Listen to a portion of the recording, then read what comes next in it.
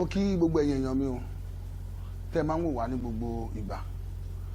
lórí ètò wa náà ni ọ̀rọ̀ àgbà tí ò bá ṣe lówùrọ̀ a ṣe lọ́jọ́ alẹ́ orúkọ ẹ̀mí ni Alhaji Sefiu Alao Adékúnlé bàbá oko agbára orin ogbó kíra ohun tá a fẹ́ mẹ́nubà lénìí ni ọ̀rọ̀ ìlara. Ìlara jẹ́ nǹkan tí ó wọ́pọ̀ láàrin èmi àti ẹ àtọmọdé àtàgbà àtọkùnrin obìnrin gbogbo alájọ ní ìlara. Kí ni wọ́n ń pè ní ìlara? Tí mo ṣe wọ aṣọ ìsọ̀rùn báyìí kéèyàn wúru style yìí kó lóun fẹ́ rán irú ẹ̀ ìlara ni.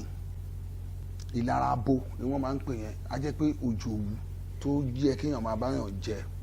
Kéèyàn wá ní aṣọ ìkówó pé ẹ wọrùn ẹ̀ bó ṣe rí alára oko ni bọ̀bọ̀ ìṣe ẹ wo bó ṣe ṣe gẹ̀ ẹ wo bó ṣe ṣe kiri. Ìlara tí ò da òun nìyẹn. N tó bá wọlé kálukú òun ló lè ṣe. Tó bá wù mí mo lè wọṣọ mi kí n yí kọlọ ẹ̀ sẹ́yìn. Kéèyàn ra mọ́tò kó ní ọ́ní lápájà ra mọ́tò lẹ́nu kí ni ó ra mọ́tò kan èmi náà dẹ̀fẹ̀ dárú má dẹ̀ rí pé mo rárú mọ́tò yẹn èmi náà ti ń lé owó mọ́tò yẹn kí n jára mọ́ṣẹ́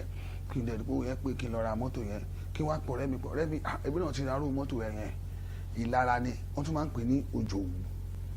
jẹlọsí gẹ́gẹ́ bí èdè òyìnbó tó dá bẹ́ẹ̀ kéèyàn béèyàn já lára ilé kíkọ́ nǹkan rẹ̀ ṣíṣe ṣùgbọ́n ta ni gbolo ti rówó mọ́tò àwọn fún un níjọ àwọn lágbájá ló dáwó fún lọ́ra ẹni tí ò lè tówó jọ tí ò lè fi ṣe kiri kan kí ló ṣe láyé ẹ̀ ìlara tí ò dáa ni ìlara ni gẹ́gẹ́ bí example àwọn tá à ń kọrin nísìn èèyàn kan jẹ́ fáǹsì mi èmi ló máa ń pè lélẹ́rẹ̀ so ó wá pe ẹlòmíì bóyá ìyàwó fẹ́ ṣe ìyàwó ẹ̀ wá ní ohun láìkí Sefiu tó wọn o lágbájá lòun nífẹ̀ẹ́ láti pè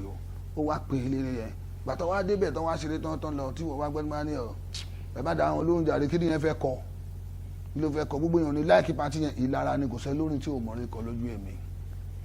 ìlara ni ẹyẹ ìlara ara yín tìyálé tìyàwó tó bá ń lara ara wọn wọ́n máa tún ẹ̀rọ ara wọn lọ lé oníṣègùn tí ọ̀rẹ́ bá ń ṣe lára ọ̀rẹ́ wọn kì í láàsì torí kò sí bá a ṣe lè ṣọ̀rẹ́ kọ́ wa má jì jura wa lọ tọ́wọ́ rẹ bá ti ń jí súnmọ́ ní kó ràn ẹ́ lọ́wọ́ tó bá lóhùn tútù lẹ́nu á ràn ẹ́ lọ́wọ́ ìwọ náà lè máa tẹ̀lé ojú òní tiẹ̀ tó bá ṣe panla ìwọ náà lè ṣe nọ́mọ̀ tó bá ra Benz ìwọ náà lè ra Volkswagen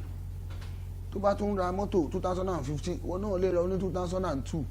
káṣá ti kíkì kájọ débẹ̀ ọpẹ́lọpẹ́ ọ̀rẹ́ mi òun ló ràn mí lọ́wọ́. Ìlara ó jẹ́ nǹkan tó ń da ẹbí tó ń da ara tó ń da ọ̀rẹ́ rú ṣùgbọ́n gbogbo àwa ẹ̀dá tọ́lọ́ ń dá sílẹ̀ ayé gbogbo ala nílara o akọ wà abo wà ìlara tó wà lára àti tèmi ìlara abo ni o kí rọmẹgbẹ́ mi tó ń kọ́lé kí lèmi náà fẹ́ kọ́rú ẹ̀ kí lè lè ṣe wáṣọ tó wọ̀ mo dẹ̀ máa rọrùn style kí n rí gíní lára èèyàn kó fit kí ni mo dẹ̀ máa rárú kí ni kódà kí n rúbìnrin lẹ́gbẹ̀ẹ́ èèyàn tó fáìn kí ni àwọn ọmọ ìbò ṣe dáa mo dẹ̀ máa wárú ẹ̀ máa fẹ́ yes ìlara tó dáa nìyẹn téèyàn lè máa bára ẹ̀ jà. Ọ̀rẹ́ mi má lò lára kọ ọ̀rẹ́ mi má lò lára kọ ìlara kọ kì í mú ní lọ síwájú ìlara kọ ń dání padà sẹ́yìn ìwọ ọ̀rẹ́ mi tó bá fẹ́ lára èèyàn jọ̀wọ́ máa ròkú sí ìwọ ọ̀rẹ́ mi tó bá fẹ́ ṣe jàgínní èèyàn jọ̀wọ́ máa ròkú sí ìlara náà ni o kọ́mọ ẹgbẹ́ yọlọ́ọ̀kan kò ti sọ̀rọ̀ ìwé rẹ̀ àsinmi kó wá yọlọ́ọ̀kan pàṣẹ àbáwo ni kò rẹ́rìn sí ìlara burúkú ni. Ibi tí mo bá ọ̀rọ̀ mi délé nìyẹn lágbára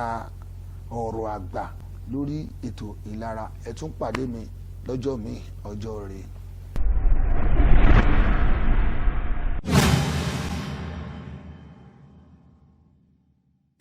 Ìrírí làgbà.